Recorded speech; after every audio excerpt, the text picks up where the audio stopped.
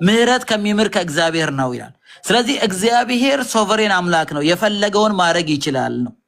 ስለዚህ እኔንም መርጦኝ ዳንኩኝ ለድነት። በቃ እኔ መድኃኒት ነው ማውቀው። እግዚአብሔር መርጦኝ፣ እኔ መርጬ ሳይሆን እግዚአብሔር መርጦኝ ነው የወደድኩት። ሳያምኑ እንዴት ነው የካዱት የሚባሉት? አሁን እስኪ መልስ። ያላመነ ሰው ካደ ይባላል? ግራማቲካሊ ራሱ ያስኬዳል። ከመጀመሪያም አልነበሩም ይላል ዮሐንስ እኮ ከኛ ጋር ቢሆኑ ከኛ ጋር ጸንተው በኖሩ ነበር ይላል እኮ። ስለዚህ ጳውሎስ እዚህ ላይ ጳውሎስ ትክክለኛ ነገር አልተናገረም ማለት ነው።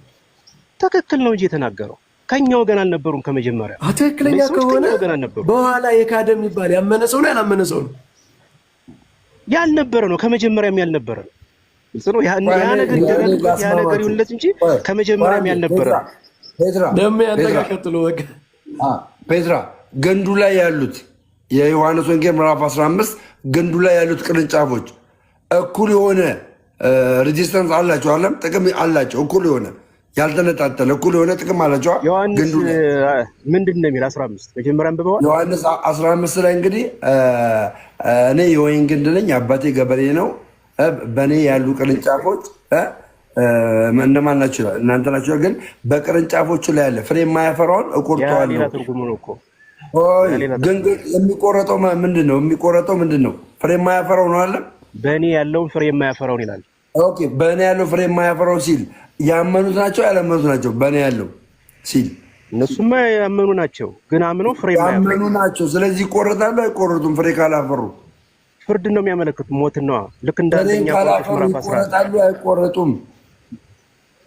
ኖ እንደ አንደኛ ቆሮንቶስ በሞት መቀጣትን ሊሆን ይችላል እንጂ ትርጉሙ ፍሬ ባያፈሩ ያኛው ሌላ ትርጉም ነው። ዕብራውያን ወንድማችን እኔ ምለን ስማኝ፣ ፍሬ የማያፈራና ፍሬ የሚያፈራ ካለ በግንዱ ላይ ያለ ከሆነ በግንዱ ላይ ሁለት አይነት ነገር አለ ማለት ነው። ሁለት አይነት ነገር እንደ ስጋ ሞቱ ዘንድ አላችሁ ይላል እኮ። ሁለት አይነት ነገር አለ ነው። ለቆሮንቶስ አማኞች ፍሬ የማያፈሩ አሉ። አራዳምጠኝ ዮሐንስ 15 ላይ በግንዱ ላይ ሁለት አይነት ቅርንጫፍ አለ። ወይም ደግሞ ላስተካክልልና ያመነና ያላመነ ፍሬ የሚያፈራና ፍሬ የማያፈራ አለ። በቅርንጫፍ በግንዱ ላይ በግንዱ ላይ ያ ፍሬ እንዲያፈራ የተደረገው ቅርንጫፍ ፍሬ ካላፈራ ከግንዱ ብዙ ነገር ካገኘ ይቆረጣል አይቆረጥም? እሱ ክፍል አዎ ፍሬ ያለማፍራት የሚለው ስለዚህ ሁለት ነው የሚያመለክት ነው የምልህ። ሁለት አለ ማለት እሺ። አዳምጠኝ እዚህ ጋር እነዚህ እኮ የካዱ ናቸው ብራዘር። አዳምጠኝ ከላይ ጀምሮ ላንብብልህ ምዕራፍ 6 ላይ። ስለዚህ የክርስቶስ ነገር መጀመሪያ የሚናገረውን ቃል ትተን ወደ ፍጻሜ እንሂድ፣ መሰረትን ደግመን እንመስርት። ሌላ መሰረት አንመስርት እያለ ኦኬ። እርሱም ከሞተ ስራ ንስሐና በእግዚአብሔር እምነት ስለ ጥምቀቶችና እጆችንም ስለ መጫን ስለ ሙታንም ትንሣኤ ስለ ዘላለም ፍርድ ትምህርት ነው ካለ በኋላ እግዚአብሔርም ቢፈቅድ ይህንን እናደርጋለን። ምን እናደርጋለን? አንድ ጊዜ ብርሃን የበራላቸውን። አንተ ስንት ጊዜ ነው ብርሃን የበራል ፔትራ? አንድ ጊዜ ነው ብርሃን እኮ አንድ ላይ በጨለማ ላይ ብርሃን የብራ ያለ እግዚአብሔር ነው። በክርስቶስ ለሁሉም አንድ ጊዜ ነው ብርሃን የሚበራላቸው ለዳኑ ሰዎች። አዎ በጨለማ ላይ ብርሃን ይብራ ያለ እግዚአብሔር። አሁንም እየነገርኩ ለዳኑ ሰዎች ይቅርታ እንዳዳምጠኝ። ለዳኑ ሰዎች አንድ ጊዜ ነው ብርሃን የሚበራላቸው፣ አንድ ጊዜ። አዎ እዛ በኋላ ብርሃኑ እየበራ ይቀጥላል። እሺ ቴንኪው። አንድ ጊዜ ብርሃን የበራላቸው ብርሃኑ አይጠፋባቸውም። አዎ አይጠፋም። ቴንኪው እግዚአብሔር ያክብረን። አንድ ጊዜ ብርሃን የበራላቸውን ሰማያዊውንም ስጦታ የቀመሱትን ከመንፈስ ቅዱስም ተካፋዮች ሆነው የነበሩትን መልካሙን የእግዚአብሔርን ቃልና ሊመጣ ያለውን የዓለምን ኃይል የቀመሱትን ይልና በኋላም የካዱትን እንደገና ለንስሐ እነሱ ማደስ የማይቻለው ይላል። ብርሃን የበራለት ሰው ለምንድን ነው እንደገና የማይታደስ ነው የሚባለው? ቅድም አንድ ጊዜ ከበራ አይጠፋም ብላል። አሁን እንግዲህ ግልጽ አድርጌልሃለሁ። መምህር በረከት ስለእናንተስ ይላል እኮ ደግሞ ስለኛ የሚናገረውን ቁጥር 9 ለምን አጨርሰው? እነዚህ ሰዎች ብርሃን በርቶላቸዋል አልበራላቸውም? እነዚህ አሁን ያነበብኩልህ ሰዎች አልነበሩም። ሲጀመርም ይኸውልህ ብርሃን በርቶላቸዋል አልበራላቸውም? ስለእናንተስ እንዲህ ብንናገር ነው የሚል። ቆይ አዳምጠኝ። ቁጥር 9 ለኔ ማሰብ ስማኝ እንጂ እንዴ ያንተን ሐሳብ ልጭንብኝ ነው የገባሁት። አዳም ቁጥር 6 ላይ ጨርሰው። አዳም ቁጥር 9 ድረስ ጨርሰው። እሺ ቁጥር 6 ላይ በኋላ የሚካዱትን የሚሉት ብርሃን በርቶላቸዋል አልበራላቸውም? ይሄን ንገረኝ። ሰዎች ቁጥር 4 ይመለከታቸዋል አይመለከታቸውም? አጭር መልስ። ይመለከታቸዋል አይመለከታቸውም? አማኝ አይደለም የሚናገር። ይመለከታቸዋል አይመለከታቸውም? ሰዎች ይቀጥላሉ። እነዚህ ሰዎች ብርሃኑ ተመልክቷቸዋል አልተመለከታቸውም? እነዚህ ሰዎች ይመለከታቸዋል አይመለከታቸውም? በርቶላቸዋል እኮ ይላል። ክፍሉን እንኳን ክደው። ስለዚህ የበራላት ሰው ይክዳል አይክድም? ሊክድ አይችልም እንዴ? ይሄው ካዱ ይላል። ራስ አንብበው እስኪ ከቁጥር 4 ጀምሮ ራስ ከመጀመሪያም ቁጥር 9 ይሻላል። ስለእናንተ እንዲህ ብንናገር ይላል። አንድ ይቅርታ አንተ ራስህ አንብብና ይሄን ትርጉም ራስህ ተርጉም። ወሴ አንብብ። ይኸው ከላይ ያለው ኦኬ። አንደኛ ጴጥሮስ ምዕራፍ 2 ላይ ያለው ነው የሚያሳዩ። እሺ ራስህ አንብበ ተርጉሞ። እነዚህ ሰዎች ብርሃን በርቶላቸዋል። እንደገና ደግሞ ምን ያሉ ናቸው? የካዱ ናቸው። እነዚህ የካዱ ደግሞ እነርሱን በንስሐ ማደስ የማይቻል ነው ይላል። በንስሐ ማደስ የማይቻል ነው ይላል። ንስሐ ማደስ የማይቻል የሚለው አየኸው አይደል? አሁን ምሳሌ ጴጥሮስ ክዷል አይደል እንዴ? ግን በንስሐ ተመልሷል። እነዚህ ሰዎች ግን ንስሐ እንኳን በንስሐ ተመልሷል እኮ ጴጥሮስ። ኢየሱስ ሂዶ እኮ ትወደኛለህ። አሁን እነዚህ ሰዎች አያቸው አልነበሩም። ቢኖሩማ ኢቭን በንስሐ እኮ ይመለሱ ነበር። የጴጥሮስ በምንድን ነው የሚለየው? አንድ የጴጥሮስ በምንድን ነው የሚለየው? በቃ እነዚህ ሰዎች አይሻይሉም። ቆይ እስኪ ነቢ ከምንድን ነው የሚታደሱ ግን በፊት ያልዳኑ ከሆኑ ጴጥራ መታደስ ምንድን ነው? ለነሱ በፊት ያልዳኑ የሞቱ ሰዎች ከምንድን ነው የሚታደሱት? ክህደት ነው። ስለሞቱ ሰዎች አይደለም እያወራ ያለው። እነዚህ ሰዎች እነሱ ምንድን ነው የሚታደሱት? ቢሆኑ ምን የሚሉ ናቸው? በንስሐ የሚመለሱ ሰዎች ናቸው። እነዚህ አሁን እዚህ ላይ በኋላ የካዱትን እንደገና ለንስሐ እነርሱን ማደስ የማይቻል ነው ይላል። ምንድን ነው የሚታደሰው ነገር? በፊት ያልተሰጣቸው ነገር ከሆነ ምኑ ነው የሚታደሰው? የሚመለሱ ቢሆንም የሚመለሱ ነበሩ አይደለ እኮ። የሚታደሰው ምንድን ነው የሚታደሰው? እነዚህ ሰዎች ክደዋላ። የካዱ ሰዎች አይደል? የካዱትን እያለ አይደል? የካዱ ከሆኑ በፊት አምነው ነበር ማለት ነው። የፔትራ ፖዚሽን ግልጽ አይደለም። ፔትራ ሰዎቹ አምነው ነበረ ግን ክደዋል የሚል ፖዚሽን ላይ ነህ ወይስ መጀመሪያውኑ አላመኑም የሚል ፖዚሽን ላይ ነህ? ክደዋል እያልክ ስለሆነ ፖዚሽንን መጀመሪያ ግልጽ አድርግላቸው ዝም ብሎ ከመዳረቅ። እነዚህ ሰዎች እኮ ቢያምኑማ ማለት ነው አማኝ ቢሆኑ ምን ያደርጉ ነበረ? በንስሐ ይመለሱ ነበር። ግልጽ ነው አይደል እንዴ? ምን ያደርጉ ቢሆን ነው? ከዛፉ ጋር አብረው ይጣበቁ ቢሆኑ ኑሮ ወይም ደግሞ እነዚህ ሰዎች የንስሐ ዕድል እንኳን ሲሰጣቸው ሲነገራቸው ምን የሚሉ ነበር? የሚመለሱ ነበር። ምሳሌ ይሁዳ ምንድን ነው ያደረገው? አላመኑም ያልከኝ ነው። እዛ ፖዚሽን ላይ ነህ። ቆይ መጀመሪያም አላመኑም ያመኑ ሰዎች አይደሉም የሚል ፖዚሽን ላይ ነህ። በቃ እሺ ቀጥሉ መምህር። አማኝ የሚባሉ አይደሉም። እኔ ደግሞ ምን አማኝ ካልሆኑ ምናቸው ነው የሚታደሰው? ምን ህይወት አግኝተው ነው የሚታደሰው?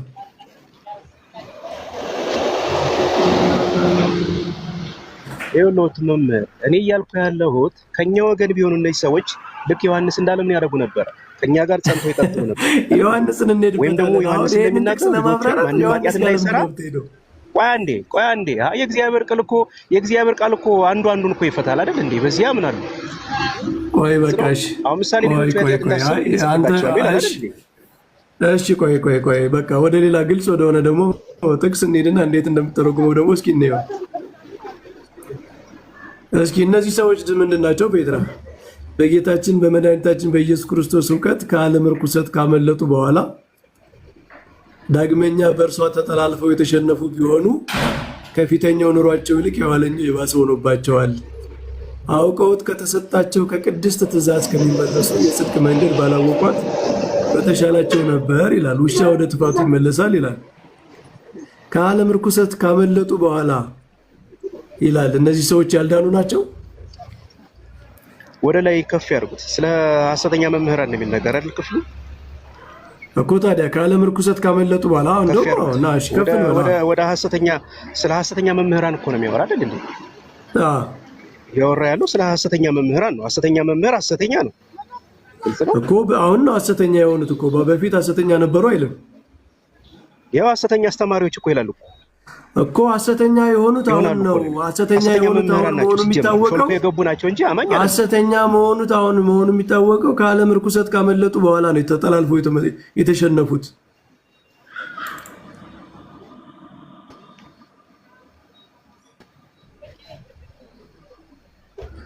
ደሜ በቃ ይብቃን። እንግዲህ ያው አሁን የምናየው ነገር በእውነቱ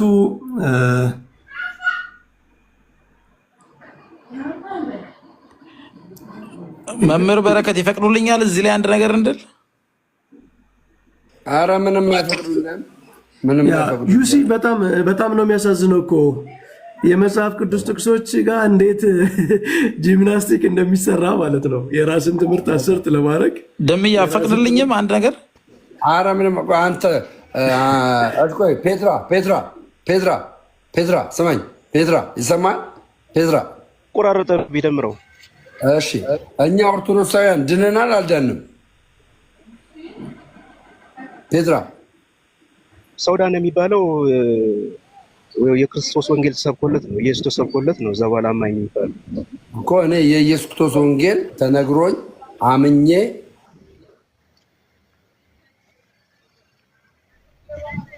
አይሰማኝም። ደምረው እኔ ጋር ነው ወይስ እናንተ ጋር ነው? መጣዋ አለው እኔ በክርስቶስ እሰማለሁ። እሺ በክርስቶስ ኢየሱስ አምኜ ክርስቶስ የኢየሱስ ክርስቶስ ደም ከኃጢአት አንጽቶኝ የዘላለም ሕይወት በክርስቶስ ኢየሱስ ድኛለሁ። እኔ ድነትን አግኝቻለሁ። እየዳንኩ ቀጥላለሁ፣ እድናለሁ። እኔ አሁን ኢየሱስ ክርስቶስ አድኖኛል አላዳነኝም? አንተ እኮ የካድክ ነህ። እንደኔ እንደ መጽሐፍ ቅዱስ የካድክ ነህ ብዬ ነው የማስበው።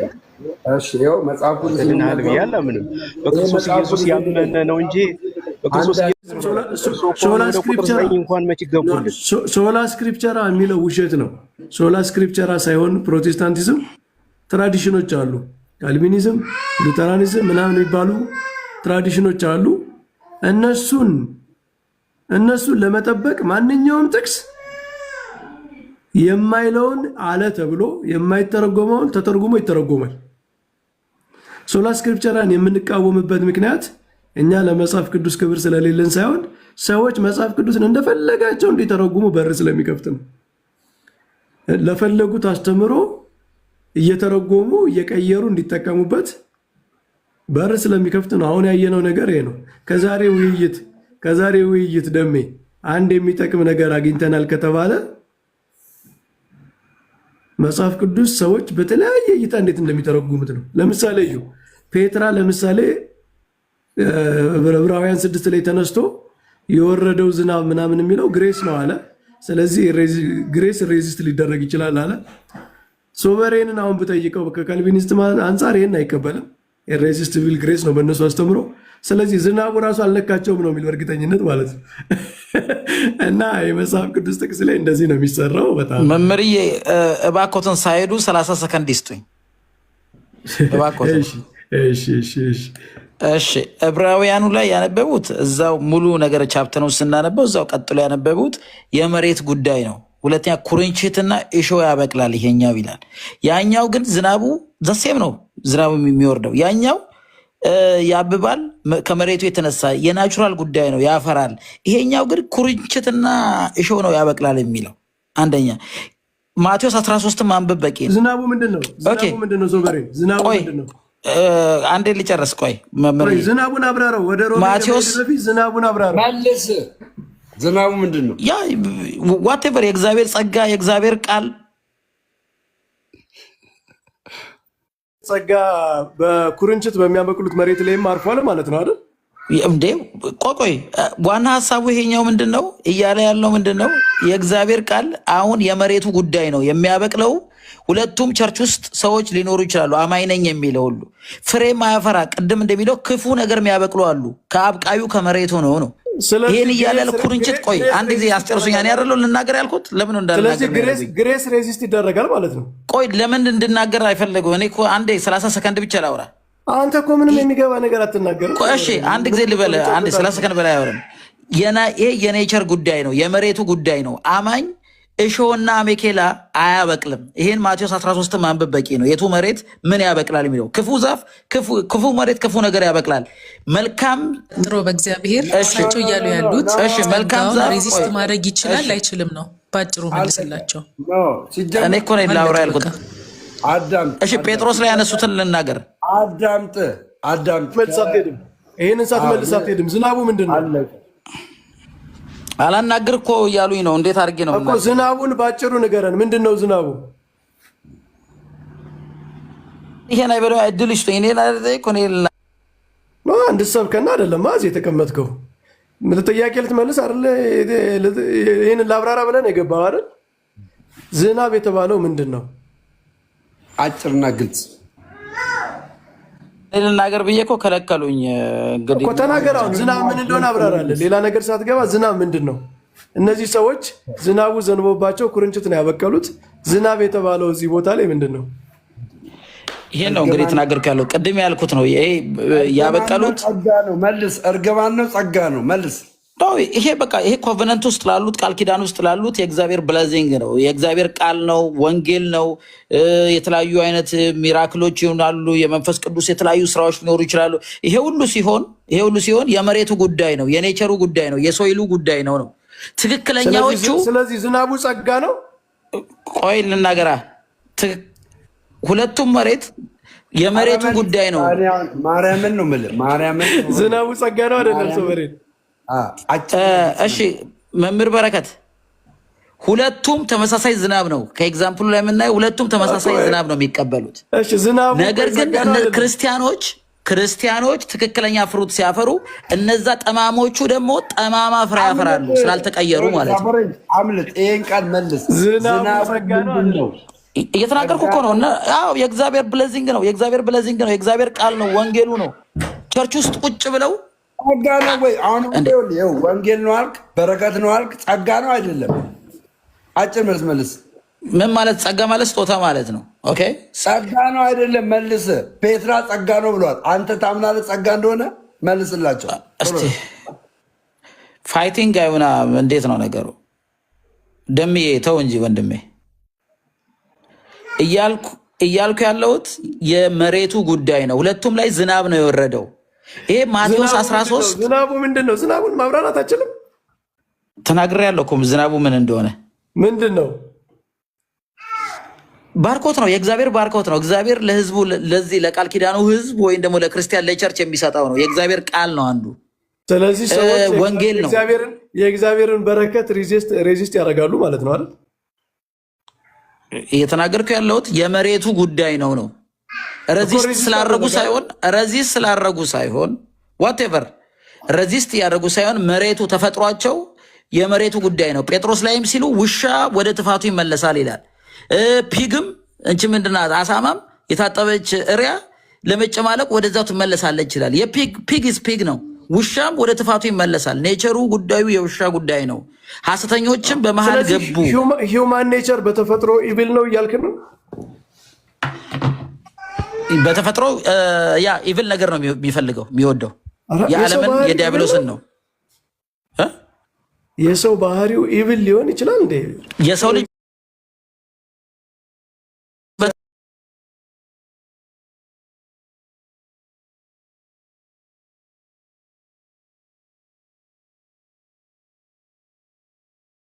እንጂ በክርስቶስ ኢየሱስ አምነው ወደ ብርሃን ያልመጡት በጨለማው አገዛዝ ስር ናቸው። በሴጣን በዲያብሎስ ስር ናቸው።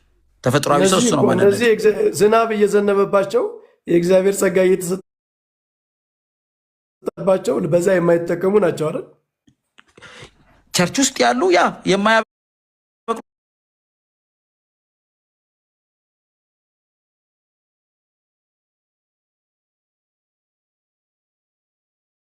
ያልከው ነገር አይመለከታቸውም። የአዳም ምናምን ውድቀት ምናምን ያልከው እንዴ ዋንስ ነበሩ። ቆላሲያስ እኮ ይናገራል። እነሱም በአንድ ወቅት እንደነሱ ነበሩ።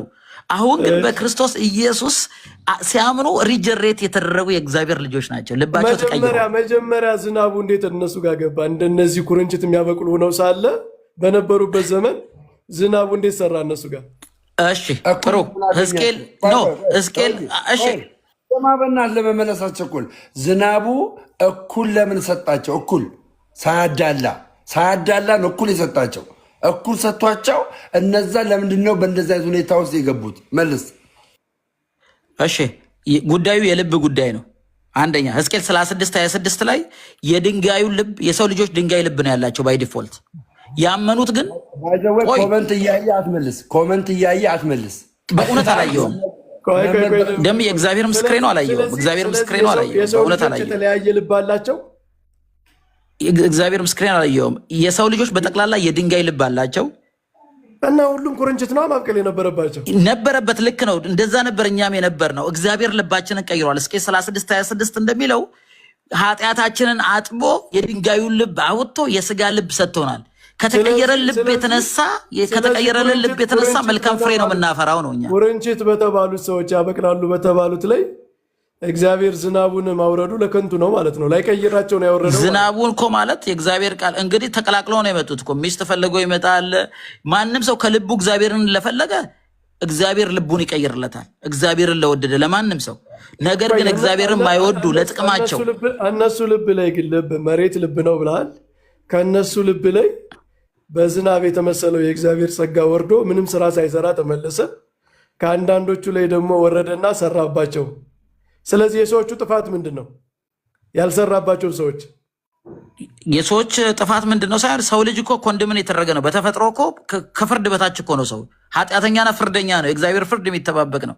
እግዚአብሔር ምሕረት አድርጎላቸው እሱ ነው ምለው ያሉት እግዚአብሔር። ስለዚህ ፍሬ ላበቀሉት አዳልቷል ማለት ነው። ማቴዎስ 13 ማንበብ ብቻ በቂ ነው። ይሄ ልባቸው አልተቀየረም። ጠማማ ልብ ነው ያላቸው። ዓለምን የሚወዱ እግዚአብሔርን የሚጠሉ እግዚአብሔርን የማይወዱ ህዝቡን ኤክስፕሎይት ለማድረግ የተለያየ ጥቅም ፈልገው የመጡ ናቸው እንጂ ኢየሱስን ብለው የመጡ አይደሉም እነሱ።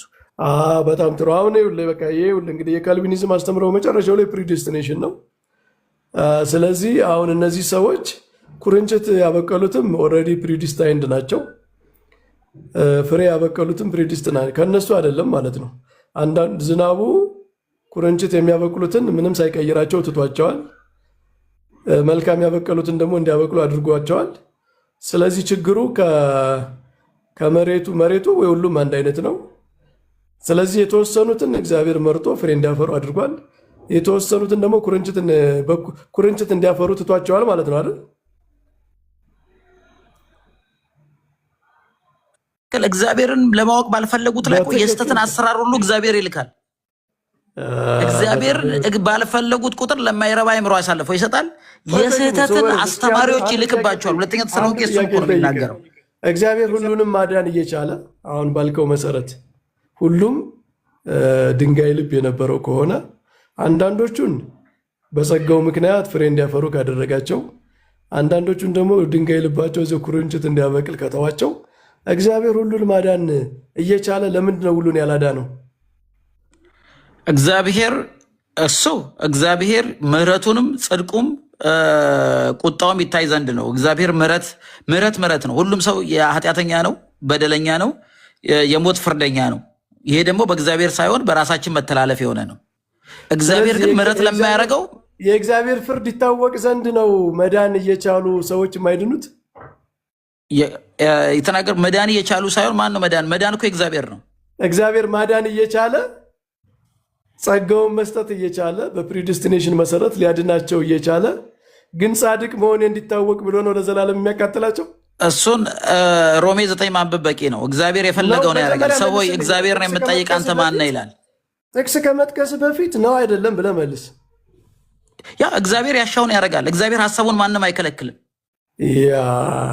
ይኸውልህ ደሜ የካልቪኒስቱ እግዚአብሔር አርቢትራሪ ነው። ስለዚህ ያዳነውን ለምን እንዳዳነ አይታወቅም። ይታወቃል። ለዘላለም ፍርድ የተዋቸው ለምን እንደተተዉ አይታወቅም። ስለዚህ ደሜ በካልቪኒዝም መሰረት ፔትራ ወረደ በካልቪኒዝም መሰረት ደሜ ያዳናቸው በረከት መምህር በረከት በካልቪኒዝም የዘላለም ሕይወትን ሊሰጠን ነው። አንዴ ሰፈርጂ እኔ የምነግርህ የነገርከን የመጀመሪያ ታሪክ ገራሚ የሆነ ታሪክ ነው። ከቤተክርስቲያን ገባ ሱስ ስላስቸገረ መጥፎ ሁኔታ ውስጥ ስለነበር ወንጌል ቤተክርስቲያን የምትሰብክ ስላልመሰለ ወንጌል ቤተክርስቲያን ኦርቶዶክስ ተዋሕዶ ቤተክርስቲያን ውስጥ ለመዳን ስራ ያስፈልጋል፣ እምነት አያስፈልግም ተብለ የማይሆን የሆነ የስህተት ትምህርት ተነግሮ ከዚች ቤተክርስቲያን ወጥታል። አሁን ሌላ ቦታ ገብተ ከሌሎች ከአንተ ከሚመስሉ ሰዎች ጋር የተቃረነ የሆነ አስተምሮ ውስጥ ገብቷል። እኔ ወንድሜ ማርያምን ልምከረ ማርያምን እኔ ከኦርቶዶክሳውያን ጋር ስከራከር ከሚያስቸግረኝ ነገር መካከል አንዱ ምን እንደሆነ ታውቃለህ? ለቃልዮት ልከራከር፣ ለመካኒቱስ ልከራከር፣ ለሙሉ ወንጌል ልከራከር፣ ለመሰረተ ክርስቶስ ልከራከር። ይኸውልህ መጽሐፍ ቅዱሱ ስንጥቅጥቅጥቅ ይልብኛል። ስንጥቅጥቅጥቅ ማርያምን ልቤ በየትኛው ይረፍ? አሁን አንተ ይኸውልህ ግራ ተጋባ። አጠገብ ያለው እንኳን ሊያገዝ አልቻለም። ትቶ ወረደ ሳፍሬ እንጂ እኔ የምነግርህ እውነቴን ነው የምልህ የምነግርህ ና ወደ ልጅነት ክርስትና ስም ወደ ሰጠች ወደዚህ ቅድስት ቤተክርስቲያን በቄድራ ተጠመቅና ተመለስ። ግድ የለህም እግዚአብሔር እጁን ዘርግቶ ነው የሚጠብቅህ። ወደ ልብ ተመለስ። እልህ ውስጥ አትጋባ። የያዝከው ነገር ትክክለኛ ነገር አይደለም። አምልጥ ብራዘር። ይኸውልህ አሁን ስለተናገርኩ ነው ደንግጦ አንዳንድ ቁጥር የሚጽፈው። አምልጥ ብራዘርዬ፣ ቶሎ በል ወንድሜ፣ ምመክርህ ማለት ነው። እሺ ቴንኪዩ መምህር ኤፍሬም ሰላም ጤና ይስጥልኝ። ደምዬ ለምን እንደማልመጣ ልንገርህ። እኔ በክርስቶስ ኢየሱስ አምነው የተጠመቁት ናቸው ቅዱሳን ብዬ ማስበው። ስለዚህ በክርስቶስ ኢየሱስ አምኜ በክርስቶስ ኢየሱስ ምንም በልጅነት የተጠመቁ ነው። በክርስቶስ ኢየሱስም ብቻ አይደለም ብዙ ነገሮች ስላሉ እዛ ውስጥ እንኳን የቅዱሳን ጉባኤ ነው ብዬ አላምንም። የእድሜ ካታጎሪ አምጣ። በዚህ እድሜያችሁ ተጠመቁ የሚል ከመጽሐፍ ቅዱስ አምጣልኛ። በዚህ እድሜያችሁ ተጠመቁ የሚል ነው የሚጠመቀው። ሌላ ርዕስ ከመክፈቱ በፊት ግን የቅድሙን ጉዳይ እናጠቃለ። በእውነቱ በጣም በጣም በጣም ከባድ የሆነ ትምህርት ነው። ባይዘው አሁን ስትሰሙት የነበረው እግዚአብሔር ሁሉን ማዳን ይችላል። በፕሪዲስቲኔሽን አስተምህሮ መሰረት ሁሉን ማዳን ይችላል ማለት በቃ ዴድ የሆኑ ሰዎችን ነው ፒክ የሚያደርገው ማለት ነው። እና ግሬሱ ሬዚስት አይደረግም። በቃ ማዳን የፈለገው ሰው ከመዳን ውጭ አማራጭ የለውም። እስከ መጨረሻው ድረስ ይድናል፣ ሬጀነሬትድ ይሆናል፣ መንግስተ ሰማያት ቀጥ ብሎ ይገባል ማለት ነው። አሁን እዚህ ጋር የሚመጣው ጥያቄ ምንድን ነው? ያልዳኑት ሰዎች እግዚአብሔር ማዳን ስለማይችል አይደለም የተዋቸው። ለምንድን ነው የተዋቸው? የእሱ የእግዚአብሔር ክብር ይገለጽ ዘንድ ጻድቅ መሆኑ ፈራጅ መሆኑ ምናምን ይሏቸዋል። ዩሲ ሰዎች ለዘላለም በሚሊዮን የሚቀጠሉ በቢሊዮን የሚቆጠሩ ሰዎች የሚቃጠሉት ራሳቸው እግዚአብሔር ጸጋ ተሰጥቷቸው እምቢ ስላሉ ሳይሆን በፈቃዳቸው እውነትን ስለሸሹ ጸጋን ስለረገጡ ቅዱስ ጳውሎስ እንዳለው ዕብራውያን ላይ ያ ሁሉ ተሰጥቷቸው ስለካዱ የእግዚአብሔር ልጅ እንደገና ስለሰቀሉት በአመፅ ከራሳቸው ስለሸሹ ሳይሆን ቀድሞ እግዚአብሔር ስላልሰጣቸው ነው። እና አሁን በካልቪኒዝም አስተምሮ መሰረት እኔ ብድን እናቴ ልጄ ባይድኑ እግዚአብሔር ልጄን ያላዳነው ማዳን እየቻለ ለራሱ ክብር ነው ብለህ ማመን ይጠበቅብሃል። አንተን ስላዳነ ብትወደው ዘመድህን ስላዳነው ትጠላዋለህ። በካልቪኒዝም እግዚአብሔርን ከእውነት መውደድም አይቻልም።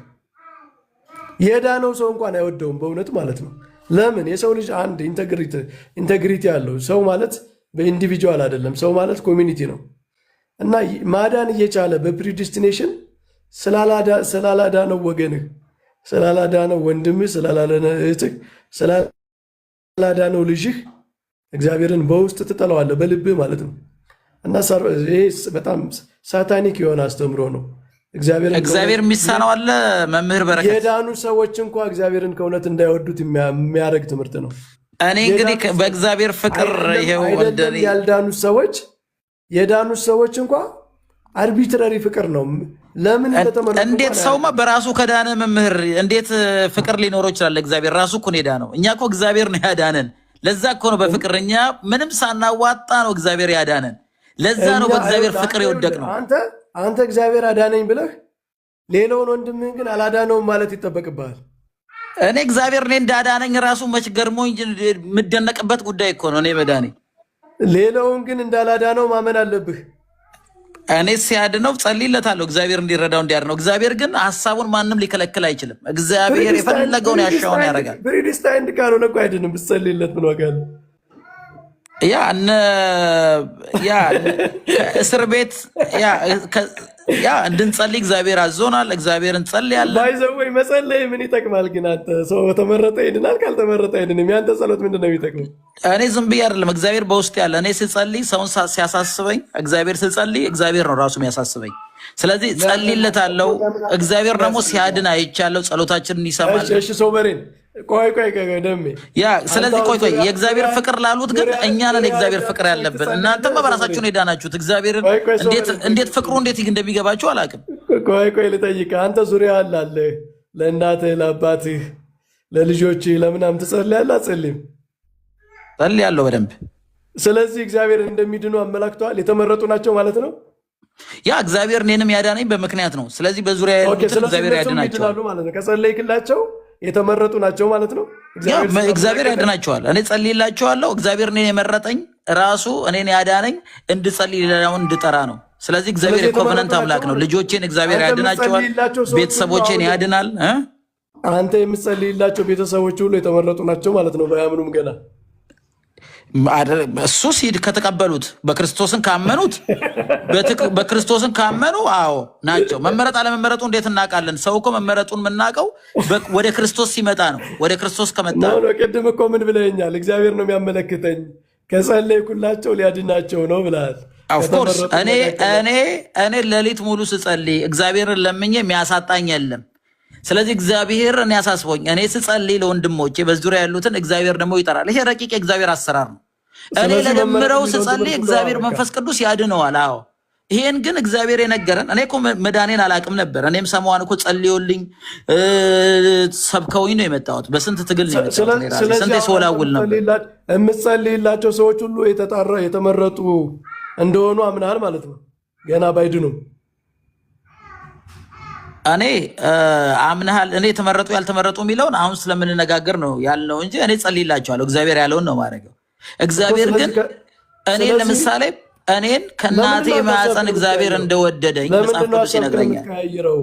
ቅድም ምን ብለኛል? እኔ ዝም ብዬ አልጸልይም፣ እግዚአብሔር ሲያመላክተኝ ነው የምጸልይ ብለሃል። እግዚአብሔር መንፈስ ነው ይወስጣል። አሁን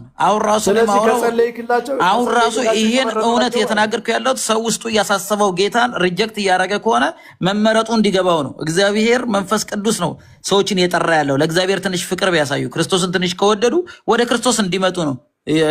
ጌታም በዚህ ውስጥ እየሰራ ነው። ብዙ ሰዎች ልባቸውን ይነካል ብዬ አምናለሁ። ለምንድን ነው ብዙ የምታወራው ግን? ሰው በሬን አንተ የምትጸልይላቸው ሰዎች የተመረጡ እንደሆኑ እርግጠኛ ሆነ ነው የምትጸልይላቸው?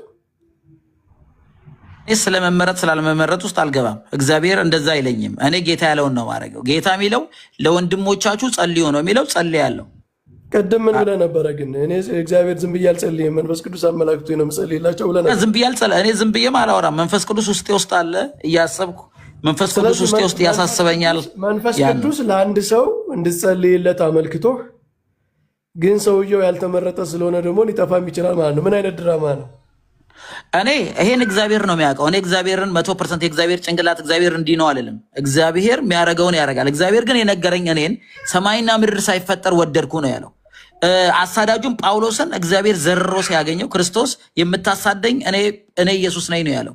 ብዙ የጳውሎስ ጓደኞች ይኖሩ ይሆናል ሳውል እያለ፣ ሌሎቹን አላረጋቸውም። ጳውሎስን የመጣው ኢየሱስ ነው ራሱ። ከዛ እንዲህ ትከተለኛለህ ያለው አብርሃምን እንኳን እግዚአብሔር ነው። ፓጋን የነበረውን አብርሃም እግዚአብሔር ደርሶ የጠራው። ስለዚህ እግዚአብሔር ነው ሰዎችን የሚጠራው። የሊዲያን ልብ የከፈተው እግዚአብሔር ነው። ሰዎችን የሚያድን እግዚአብሔር ነው። ማዳን እግዚአብሔር ነው። ስለጠራቸው ሰዎች እኮ አላወራንም። ሰው በሬ ነው። ሁሉንም ሰው እግዚአብሔር ይጠራል ነው። ያ ማዳን የእግዚአብሔር ነው፣ የሰው ሳይሆን። ሁሉንም አይጠራም እግዚአብሔር። አንደኛ ቆሮንቶስ ምዕራፍ 1 እግዚአብሔር ሁሉንም አይጠራም። ያልተጠሩ ብዙ አሉ ይላል። አንደኛ ቆሮንቶስ ምዕራፍ 1 ያልተጠሩ ብዙ አሉ ይላል። መካከል ከፍሎ ነው የሚወደው ማለት ነው። ቸርችን ነው እግዚአብሔር የሚወደው። ቸርች ደግሞ የተጠሩት ናቸው። ስለዚህ ከሰው ልጆች መካከል እግዚአብሔር የማይወደው አለ ማለት ነው አይደል? እግዚአብሔር ኤሳውን ወደድኩ ምን ያዕቆብን ወደድኩ ኤሳውን ጠላው ብሏል እኮ። መብቱ አይደል? እግዚአብሔር ሰው እንኳን የሚወደውና የሚጠላው አለ። እግዚአብሔር የፈጠረው እንደፈለገ ማድረግ መብት አለ። የሰው ልጅ ሁሉ የሚወድ አይደለም አይደል? ያዕቆብን ጠላው፣ ያዕቆብን ወደድኩ ኤሳውን ጠላው ብሏል እግዚአብሔር። ስለዚህ በዚህ ጥቅስ መሰረት አንተ የምታምነው እግዚአብሔር የሰው ልጅ ሁሉ አይወድም። ሆሴ 3:2 ላይ ምን ይላል? እስራኤልን ወደድኳችሁ ይላል፣ አየዋችሁ ይላል። የእስራኤል አምላክ የሆነው ጥቅሱን እኮ ነገርከን፣ መደምደሚያን የፈለግኩት። ስለዚህ ይህንን ሁሉ ጥቅስ ይዘህ አንተ የምታምነው እግዚአብሔር ከሰው ልጆች የተወሰኑትን ከፍሎ ነው የሚወደው፣ የተወሰኑትን አይወድም ማለት ነው። አላልኩም እኔ። እግዚአብሔር ሁሉንም ሰው ይወዳል። በኃጢአትና በመተላለፉ ሁሉ ሰው ሞት ይገባዋል፣ ፍርደኛ ነው። ሁሉንም እየወደደ ነው ታዲያ ማዳን እየቻለ የተወሰኑትን መርጦ የተወሰኑትን የተዋቸው? ይሄ ሁሉት መምህር በረከት እግዚአብሔር ሁሉንም ሰው ይወዳል። ሁሉ ሰው ግን በራሱ መተላለፍ ምክንያት ኃጢአተኛና በደለኛ ነው፣ ሞት ይገባዋል። ስለዚህ እግዚአብሔር ምሕረት ያደርጋል። ምሕረት ያደረገው ደግሞ ለፈለገው ምሕረት ያደርጋል። እንደ ንፋስ ነው ይላል አንድ እንትን ምንድን ነው ዮሐንስ ወንጌል ምዕራፍ 3 ላይ መንፈስ ወደሚፈልገው ይነፍሳል፣ የሚፈልገውን ያድናል። ኤሳውን ጠላው የሚለውን ጠቅሰህ እግዚአብሔር የተወሰነውን ይወዳል የተወሰነውን አይወድም ብለህ ደግሞ አሁን ደግሞ ሁሉንም ይወዳል እንዴት ነው? ምንም እኮ እኔ አንተ እኮ ሀሳብ ሊገባኝ አልቻለም። ምህረት ለወደደ ወይ ለሮጥ አይደለም ይላል። ምህረት የእግዚአብሔር እንደሆነ አውቃለሁ። እኔ እግዚአብሔር ምህረት አድርጎልኝ ነው ጌታን ያገኘሁት እንጂ እኔ ፈልጌው ካልኩሌት አድርጌው አይደለም የዳንኩት። እኔን ያዳነኝ እግዚአብሔር ነው የሚለው የጠቀስከው እግዚአብሔር የተወሰነውን ሰው ይወዳል የተወሰነውን ይጠላል ለማለት ነው። እንግዲህ ገና ሳይወለዱ አውጥተን ማንበብ እንችላለን ሮሜ 9 በቃ ጥቅሱን እኮ ያዋወቅ ነው። ምንድነው በቃ ገና ሳይወለዱ በእናታቸው ክፉም ደግም ሳይሰሩ ምንም ነገር ሳያደርጉ እግዚአብሔር መረጥኩ ያለ ማንን? ያዕቆብን መረጥኩ ኤሳውን ጠላው አለ። በቃ ይሄ እግዚአብሔር መብቱ ነው። እግዚአብሔር ደግሞ ስለዚህ ከዚህ ተነስተህ እግዚአብሔር የተወሰኑ ሰዎችን ይወዳል የተወሰኑ ሰዎች ይጠላል ነው ሐሳብህ? እኔ እግዚአብሔር ይጠላል አላልኩም፣ ያላለውን አልልም። እግዚአብሔር ያለውን ነው። ጥቅሱን ለምን ጠቀስከው ታዲያ? ኤሳውን ጠላው የሚለውን ለምን ጠቀስከው ታዲያ? እግዚአብሔር ያለውን ነው ምለዋ። እግዚአብሔር ያዕቆብን መረጥኩ ኤሳውን ጠላው መብቱ አይደለም እኮ። ስለዚህ ይጠላል ማለት ነው። እግዚአብሔር መብት የለው? ቢጠላስ መብት የለው? እግዚአብሔር የፈለገውን መግደል የፈለገውን ማዳን ይችላል። ኃይል የእግዚአብሔር ነው ማዳን። ስለዚህ እኮ እኔ እኮ መብቱ አይደለም አላልኩም፣ ግን እግዚአብሔር የተወሰኑ ሰዎችን ይጠላል ማለት ነው። እኔ እግዚአብሔር የተወሰነውን ሰው ይጠላል የሚል መጽሐፍ ቅዱስ ላይ የተጻፈ ነገር የለም። ስለዚህ እና የኤሳውን ጠላው የሚለውን ጥቅስ ለምን ጠቀስከው ታዲያ? ስለሚል ነዋ አይልም መጽሐፍ ቅዱስ እኮ። እሱን ጠቅሰህ ምንድን ነው ኮንክሉዥንህ? አውተን እናንብበው። እሱን ጠቅሰህ ምንድን ነው ኮንክሉዥንህ ያንተ? ኤሳውን ጠላው የሚለውን ጠቅሰህ እግዚአብሔር የሚጠላቸው ሰዎች አሉ ለማለት ነው ወይስ ለምንድን ነው? ጥሩ እሺ፣ ጠይቀውኛል አይደል? አያይዞ ምን ይላል? ምህረት ለወደደ ወይ ለሮጣ አይደለም ይላል ሮሜ 9። ምህረት ከሚምር ከእግዚአብሔር ነው ይላል። ስለዚህ እግዚአብሔር ሶቨሬን አምላክ ነው፣ የፈለገውን ማድረግ ይችላል ነው። ስለዚህ እኔንም መርጦኝ ዳንኩኝ ለድነት። በቃ እኔ መድኃኒት ነው የማውቀው። እግዚአብሔር መርጦኝ፣ እኔ መርጬ ሳይሆን እግዚአብሔር መርጦኝ ነው የወደድኩት። እግዚአብሔር ነው ያዳነኝ። ኤሳውን ጠላው እንዳለ ስለዚህ የማይድኑት ሰዎች እግዚአብሔር የጠላቸው ናቸው አይደል? እግዚአብሔር የጠላቸው ናቸው አላልኩም። እግዚአብሔር የማይፈልጉት አመፀኞች ናቸው፣ ኃጢአተኞች ናቸው። ምንድነው ታዲያ? ለምንድን ነው የጠቀስከው? እንዴ መጽሐፍ ቅዱስ ስለሚል ነው። ምን ነው አይልም መጽሐፍ ቅዱስ እኮ። ከመጽሐፍ ቅዱስ ከሚለው ተነስተ ምንድነው ታዲያ የደረስክበት? ታዲያ ሰውን ይጠላል የሚለውን ለምን ፈራኸው? የማይለውን አልልም እኔ መጽሐፍ ቅዱስ ያለውን ነው የምለው። እግዚአብሔርን 100% እኮ እናውቃለን ማለት ይሄ እኮ እኛ ስለ እግዚአብሔር ስናወራ ተጠንቅቀን ማውራት አለብን። የሚያሳፍራችሁ ትምህርት ነው። በውስጥ ታምኑበታላችሁ፣ ግን ባፋችሁ ስለ እግዚአብሔር ስናወራ ተጠንቅቀን ነው ማውራት ያለብን። እግዚአብሔር ሙሉ በሙሉ አውቀን አንጨርሰውም። እሱ ከኛ አእምሮም በላይ ነው።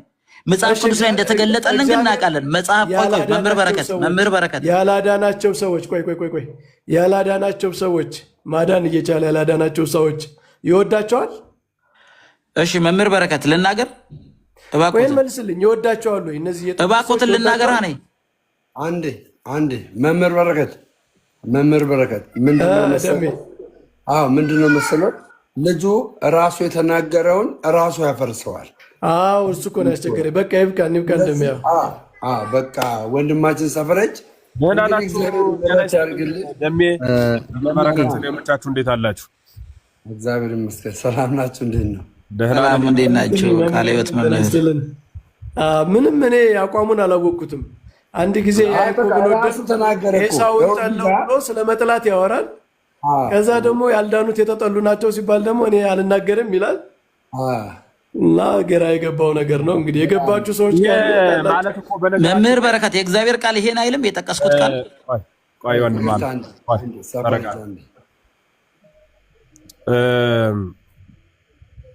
በነገራችን ላይ ይሄ ሀልወተ እግዚአብሔርን የመካድ ንግግር ነው። ምክንያቱም የእግዚአብሔር መኖር ይሄ ሀልወቱ በራሱ የሚታወቀው ለትውልድ ነፃ ፈቃድ መስጠቱ ነው ይላል ቅዱስ ሳዊሮስ። የትውልድ ነፃ ፈቃዱ ደግሞ ሁለት ዓለም አለ። አንዱን መርጦ የመከተል መብት አለው። ወደዚያ ስለገባ ግን እግዚአብሔር ወስዶ አስገባው አይባልለትም። መርጦ ነው የገባው በፍላጎቱ ማለት ነው።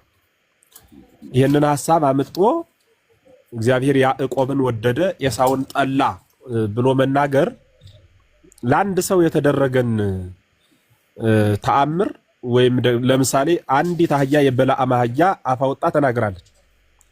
አህያ የሆነ ሁሉ ማውራት አለበት አይባልም።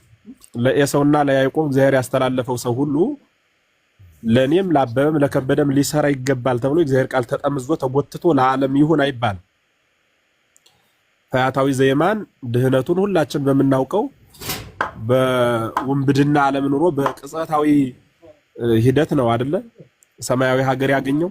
እኔም እንደ ፈያታዊ ዘየማን እንደዚያ ኑሮ የሆነ ቀን ጸድቃለሁ ብሎ ሳያምኑ መኖር ይገባል ብሎ ማስተማር ደግሞ ስህተት ነው። ሌላም መጨመር እንችላለን። ይሄን እንተውና የእግዚአብሔር መንፈስ የወደደውን ያጸድቃል ያልወደደውን ይኮንናል የሚል ትምህርት እግዚአብሔርን ፍርደ ገምድል ማድረግ ወይም ደግሞ አንድ ሰው ኃጢአት ሰርቶ በኃጢአቱ ቢወድቅ የወደቀው በኃጢአቱ ማለቴ አንድ ሰው ሳይጸድቅ ቢቀር ያልጸደቀው እግዚአብሔር ስላላጸደቀው ነው እንጂ ሰውየው የሚያጸድቀው ስራ ስላልሰራ አይደለም ማለት ነው። ይሄ ማለት ማንም ሰው የሚያጸድቀውን ስራ ስለሰራ ስለወጣ ስለወረደ ሊጸድቅ አይችልም። ለምን? ይጸድቅም አይጸድቅም ዘንድ አንድ የተወስኖበታልና እግዚአብሔር ፈርዶ ፈጠረን ወደ ማለት ነው። ይሄ ትምህርት ፈርዶ አስገኘን። ይሄ ገሌ ለመንግስተ ሰማያት ነው ገሌ ብሎ ወስኖ ከዚያ ደግሞ መልካም ስራ ስሩ እመታፈቅሩን ይቀቡ ትእዛዝየ ብትወዱ ትእዛዜን ጠብቁ አለ። ነፃ ፈቃድ ሰጠ የሚባለው ትምህርት በጠቅላላ ይህ ፍትሐ እግዚአብሔር የሚባለው ከሰረ ማለት ነው። ከዚያስ ይሄ ሁሉ ከሰረና ምንድነው ዓላማችን? እግዚአብሔር የወደደውን ያጸድቃል። ይችላል ወይ አይችልም? ወንድም ዓለም ስታነሰው የነበረ ጥያቄ እግዚአብሔር አይችልም አይባልም፣ የማይችለው የለውም። ነገር ግን እግዚአብሔር ስለቻለ ኃጥኡን ጻድቁን ደግሞ ኃጥ አድርጎ ፍርደ ገምድል ሆኖ የሚፈርድ አምላክ ግን አይደለም። ጻድቁን ስለ ጽድቁ የጽድቅ ዋጋውን ይሰጠዋል፣ ኃጥኡንም ስለ ኃጢአቱ የኃጢአት ዋጋውን ይሰጠዋል። ያን ዋጋ ያገኘው ግን ሰውየው በግብሩ እንጂ እግዚአብሔር ፍርደ ገምድል ስለሆነ አይደለም። ስለዚህ እግዚአብሔር ያጸደቀውን ማን ይኮንነዋል? የኮነነውንስ ማን ያጸድቀዋል? የሚለው ጥቅስ እኮ የሚያገለግለው ለዚህ ነው። ማለት ምን ማለት ነው? እግዚአብሔር ያጸደቀውን ማለት በጽድቅ ግብር የተገኘውን እግዚአብሔር ያጸድቀዋል። ያን እግዚአብሔር ካጸደቀው በኋላ ናምጣው ብሎ ከእጁ ነጥቆ የሚኮንነው የለም። እግዚአብሔር በኃጥ ግብር የኖረውን ደግሞ እርሱ ይፈርድበታል። ለምን ፈረድክበት ብሎ እግዚአብሔርን የሚያስቀረው የለም ማለት ነው። ያን ተከትሎ የሚሰጥ ፍርድ እንጂ በጥቅሉ አትብላ ነው። ብትበላ ትሞታለህ ነው። ካልበላህ ደግሞ ትኖራለህ ነው። ኃጢአትን አትስራት፣ ከሰራህ ትሞታለህ፣ ከጠበቅካት ደግሞ ትኖራለህ ነው። ስለዚህ የተነሳው ሐሳብ እግዚአብሔር አይችልም ወይ ወደ ማለት እግዚአብሔር ይችላል። ጻድቅን ግን ኃጥ ማድረግ የባህሪ ግብሩ አይደለም። ኃጢአተኛውንም ጻድቅ ማድረግ የባህሪ ግብሩ አይደለም። ሰው በተሰጠው ነፃ ፈቃድ በህሊናው ተጠቅሞ የሚኖርበትን መስመር ማየት ነው። እንዲህ ስንል ግን ደግሞ ሰው የሚጸድቀው ስራው በቂ ስለሆነ ነው አይደለም። የእግዚአብሔር ቸርነት የእግዚአብሔር ምሕረት ነው። የሰው ጽድቅ ዋዲያ ምን ማለት ነው ከተባለ በምህረቱ መኖር ነው። ምህረቱን እያሰቡ መኖር፣ የሰራውን ስራ ማመን፣ በዚያ ህይወት መመላለስ ነው። እንዲያ መሆን ስንጀምር ግን እግዚአብሔር ያጸድቃል ነው። አንዴ ስትወለድ ጻድቅ ነህ ካለህ ምንም አንገት እስኪቀጥን ኃጢአት ብትሰራም አትኮነንም። አንዴ ስትወለድ ኃጥ ነህ ካለህ ደግሞ አንገትህ እንደ ቀለበት እስኪቀጥን ድረስ ብትሰግድም ብትጾምም ብትጸልይም አትጸድቅም ብሎ መናገር ግን ፍትሐ እግዚአብሔርን የማጣመም ሂደት ነው። ባጭሩ ምናልባት ዝም ብሎ መጨረሻው መደማመጥ ስላልነበረበት ነው ያቋረጥኳችሁ። መምህር በረከት ያሉት የገለጹበት ስሜት በዚህ ልክ ነው። ወንድም ዓለም ደግሞ መረዳት ከተቻለ በዚያ ልክ ብትረዳ ጥሩ ነው ማለት ነው።